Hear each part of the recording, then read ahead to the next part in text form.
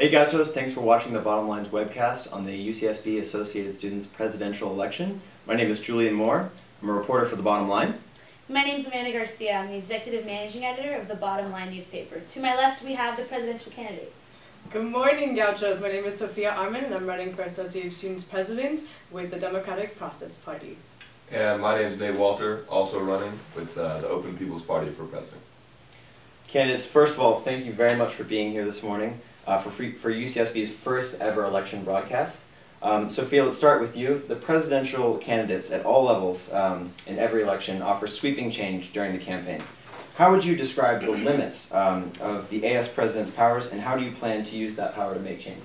Great question. So once again, thank you for having me here. I think we need more of this open dialogue, and I'm hoping to continue this throughout the year, whether or not I'm in an elected position. The thing is in the past, people in these positions have really limited their jobs to basically what's been on paper. And that's really a problem, because the day in, day out struggle of being a student at UCSB has real issues and needs real solutions. So that means working past, exactly what our titles may say, or maybe what even, our job description says. That means being out on the front lines of change all year round. I've been part of every budget cut rally on this campus for the past 3 years, and so I really want to make, active student involvement. That's what transparency is all about. It's about having students feel like this is a comfortable atmosphere, like they can have real dialogue, exchange of ideas. So while it is limited, I think it goes beyond paper. It means being present at your events. It means being, able and open to hear your ideas, creating forums where people can actually exchange and even criticize, what's currently going on in our student government. Nate, how would you respond? Yes, thank you. Basically, there's something to be said for having the title president attached with anything you do and say, but that's only as powerful as the work you put behind it. What I plan on doing is really working to be present to the lawmakers to make sure that they don't forget that higher education is something that's important, and if that they believe in the future of California, they need to invest in the long-term investment that is higher education. Some things that I do plan on doing as far as working within the parameters of my job, I definitely want to invest a lot of time in researching what the Senate passes. I think Harrison, he did a really good thing by enacting the veto, making sure that it was like everything in the association is legal. Things like that where you really invest above average amount of time in things that's going on within the association, and then you invest even more time outside of the association representing the students well. You don't need a title to do amazing work. I think that I'm definitely gonna be working no matter in whatever capacity I may be in next year. But as president, I think just having that title will help me in some regards, and just give me some ability to organize on a higher level. And those are some of the things I plan on doing.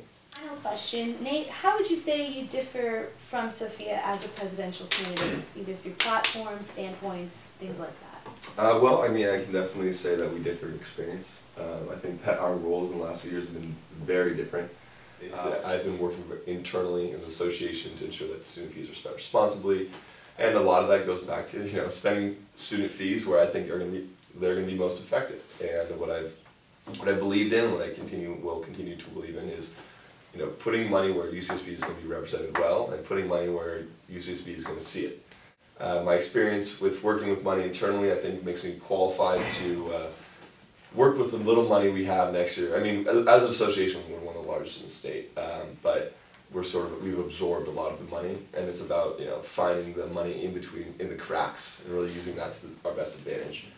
I also, I really want to offer a new perspective. I want to offer a perspective that I believe can reach out to the vast majority of students by breaking down big issues and rationalizing them to people that usually would not be too inspired by them. And really being like, listen, this matters to you, here's why you should probably be pissed off, and here's what we can do to fix it. I think Associated Students should be a source of inspiration, not an obstacle for students to get involved. I think, I have worked, I know the association actually inside and out. I've worked internally. I chair and have chaired a committee currently, the Human Rights Board, which I helped create, which is actually a model I'm very proud of, which is really a coalition type committee where we're actually engaging students who are not already involved in the association, and I think that's a really big issue. And bringing, part and parcel to Associated Students is really for Associated Students to be actually associated with the students. And so that means not just working, internally, but I also think you have to have, trust with the students at large, and that means being active outside of the AS community as well. And for me, the problem is that disconnect, that there's, if you ask the average student, are you involved in AS? Largely, people will say no, and the reality is we are all part of AS. We each pay over $150 into the association, and you should have say over where that money is going and what services you think are important. Well, that's all the time we have for today. Gauchos, candidates, thank you so much for joining us today during your busy campaign schedules, and best of luck to both of you. And be sure to vote on Gold starting at 8 a.m. on April 23rd, with polls closing on Thursday, April 26th at 4 p.m. Keep it classy, Santa Barbara.